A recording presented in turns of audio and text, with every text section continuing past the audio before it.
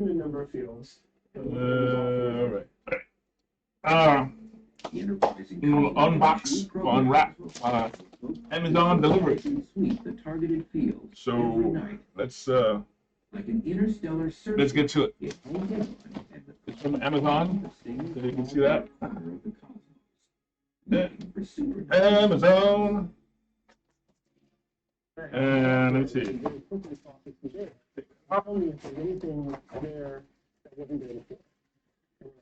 And what I get? If I think it could be a supernova, I'll do a spectrum of it. And then that spectrum of it will tell me exactly what it is. Good. A box. Yeah, the box from Amazon. When got his big break. He found the brightest supernova ever. This is my fourth supernova. I didn't think that You gonna cut it open? I should be so lucky. And others looked at the spectra and they started taking their own measurements of the light it was. And they figured out that, in fact, 2006 G1 We're gonna raise it up here. any other published supernova. And we got this here. And it says Very slow. a little sticker. 2 months, 70 days to get It says and then faded again. So it was a supernova unlike anything we'd ever seen. 24-hour security camera recording. This fourth-year graduate student. Get 2 of them. Analysis of the remnant indicated that the star. All right, and then was 100 times. you get this little thing here. Lots of hydrogen showing. How to mount it on your wall. Supernova ever recorded. Stand. 2 events. Then Quimby topped himself. And that. He finally analyzed the walk out on the wall. supernova he found earlier, called SN 2005 AP. He made And then you put discovery. take this out. Here's one camera. The little screws. For type 1A supernova, It don't come with the screws. Oh yeah, it does come with it. Oh, comes with anchors too. It was even And you get 2 of them. SN 2006 GY. All right. Like circumstantial You get 2 cameras. astonishing discoveries of And they can new swivel all around. like 2005 AP and others. Open All right. up a whole new avenue of inquiry. And there's the screws. And their MO. The other screws. The basic idea we have, perhaps this is connected somehow Right there. with this. Gamma rays are the most powerful form of light known in the universe. So this is for this one. And that's for that one. Supernovas, investigators are getting closer And to let me see. solving some founding riddles in the cosmos. One makes gamma rays, the other makes an ordinary supernova. Oh, I thought it was going to have a little light on it. Guess not. It lied to me. What astronomers Oh, do know man. is that supernovas have the gamma They rays lie. associated with them. On Wrong one.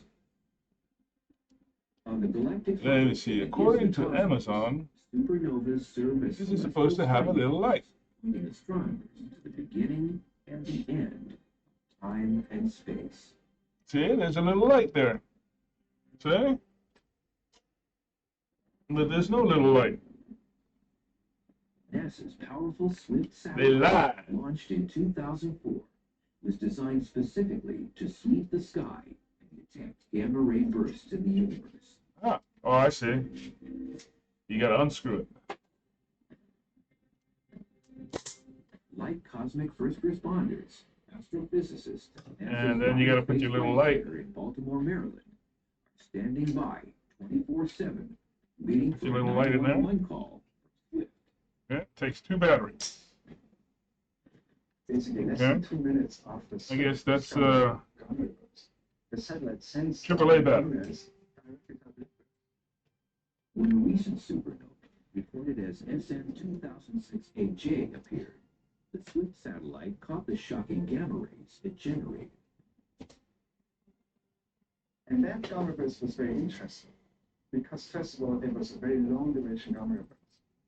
Usually, gamma bursts are very short lived phenomena, in fractions of a second, a few seconds.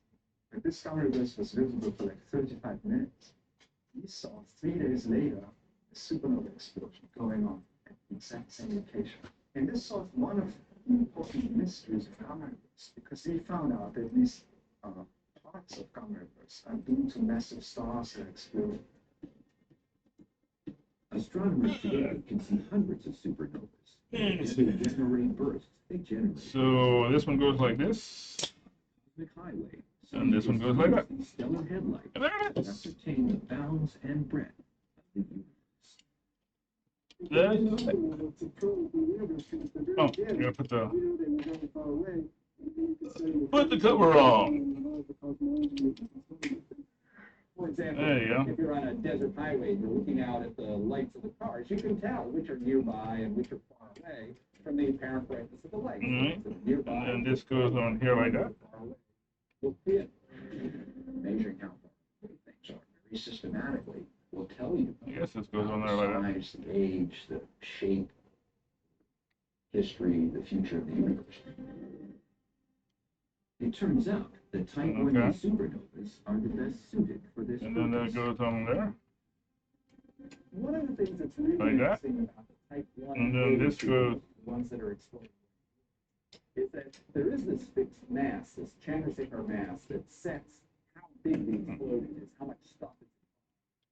And the consequence of that is that many of these have very nearly the screw same in or what? if the explosion produces the same amount of light, then we can measure how much light we see and figure out how far away the supernova is. This is known as the standard candle principle. Type 1a supernovae are like standard candles. They all have Alright, the so- same peak power, same peak luminosity. So if you look at them from different distances, So that goes- they appear different apparent brightnesses. They look dimmer if they're farther away and brighter if they're more nearby. So if we find Type 1a supernovae down there in like distant galaxies and measure their apparent brightness and compare that with the known power of a nearby Type 1a supernova, we can determine the distance of that supernova and hence of the galaxy in which it's located. The trailblazing technique has also led astro investigators to some radical conclusions. Basically, You gotta be use the real distances careful. to supernovae to figure So out yeah, when you put this together, when you put the batteries in, you gotta be real careful now that various lines of evidence on how you put everything back together again, because in particular found out that the universe was it's very accelerating. flimsy. We thought it was decelerating in the grip of the There you go. gravitational materials. That just caused an intellectual And revolution. that goes in there. Towards the ceiling rather than having it come back down into your hand. Well, that goes in here. Oh, okay, yeah, that goes in here. Completely counterintuitive. Basically, all the And make text sure you outside of put the it in text there. out there all say Be real careful, like. should be decelerating. It helps if you have fingernails. Gravity should be slowing down the expansion rate. You get it in there the proper way. Instead of slowing down, it's actually expanding faster and faster. And then, it's like there's a slot there. I don't see a slot on The here. examination of supernovas has helped scientists unravel many monumental cosmic mysteries. Experts believe that if they continue to follow Why would that clues slot be like there? huge stars explode, they'll be able to answer the biggest unanswered questions. You're a bitch. Today, scientists know that someday soon we could each witness for ourselves the marvelous and almighty force. Okay, let's try it a different way. Our galaxy is 100,000 light Let's years try across. it. So that means there's light from 1,000 First, we supernovas put it in on here, its way to us now. It could even like happen that. in our very own Milky Way. In our galaxy, And we then- expect to have God an damn it, average man. of supernova explosions per century. It doesn't stay there. The problem is that the last supernova that we saw in our So I guess you gotta do it 400 years ago. like that. So our galaxy is long overdue. If it did happen in our own galaxy, we, like the titans of space and time, Tycho, Kepler, Chandrasekhar, and Zwicky, would Like bear that. witness to the most destructive Alright. and the most creative And then- force in the universe. Take this, Supernova. and you do it like that. They've intrigued man for centuries, captivating astronomers and astrologers alike. A mysterious alignment between the Great Pyramids of Giza and the stars of Orion could have been more than a coincidence. And instead of 12 zodiac constellations, we actually have 13. What is our 13th sign, and why was it forgotten? The patterns that once navigated mariners across treacherous waters now guide astronomers to Well, uncover it's the the good mysteries thing that lie within. that they give you two, Constellations. because you can easily break them. I was trying to figure out what's this. Okay, For the it internet. just pulls out. movie, It doesn't just pull the out. night It sky, screws. The constellations were the greatest show in town. See? This Yeah, gallery it of does. stars Why are there forms threads more there? than It just pulls pretty out. pictures. It contains an enormous sampling of star types. Through constellations, we can learn a lot about the galaxy and the universe beyond. Before we had high-tech navigation devices, GPS, or even compasses, we had stars.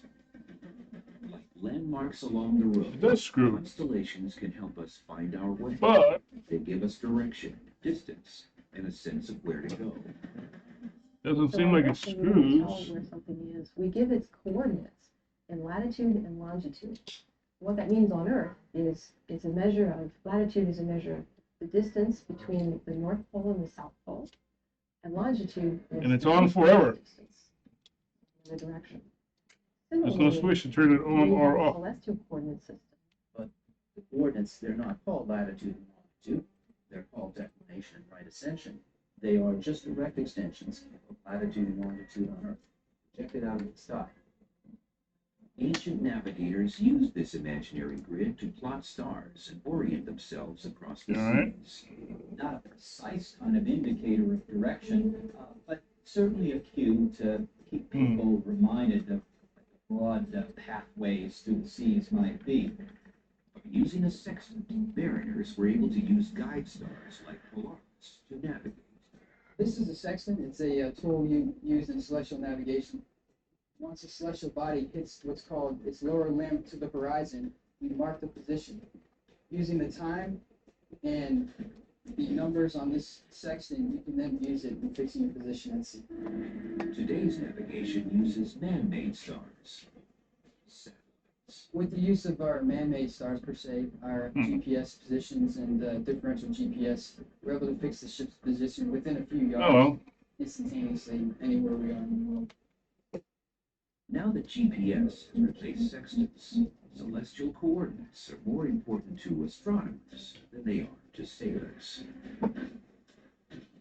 Even though the coordinate system Oh, well. gives them an idea And that is, telescope, what they call a dummy security camera. way. It assumes all You can get the two for distance from us. for $10 from Amazon. When you look at the stars, And you can use this they on your all front seem to door, be about the same distance away, so people in the same will plane. hopefully be deterred The same from happens when you look at a city stealing your stuff, distance away, such as we are from Chicago. like I had happened to me recently. While those buildings look like they're the same distance, they're really at many different distances Oh, well. away. The same It's only is $10, so what the While they fuck? all look like they're at the same distance, some are close, And, some are much further away. So how Let do me we know see. which stars are close and which are far away? And that's it. As it turns out, that's the most difficult question.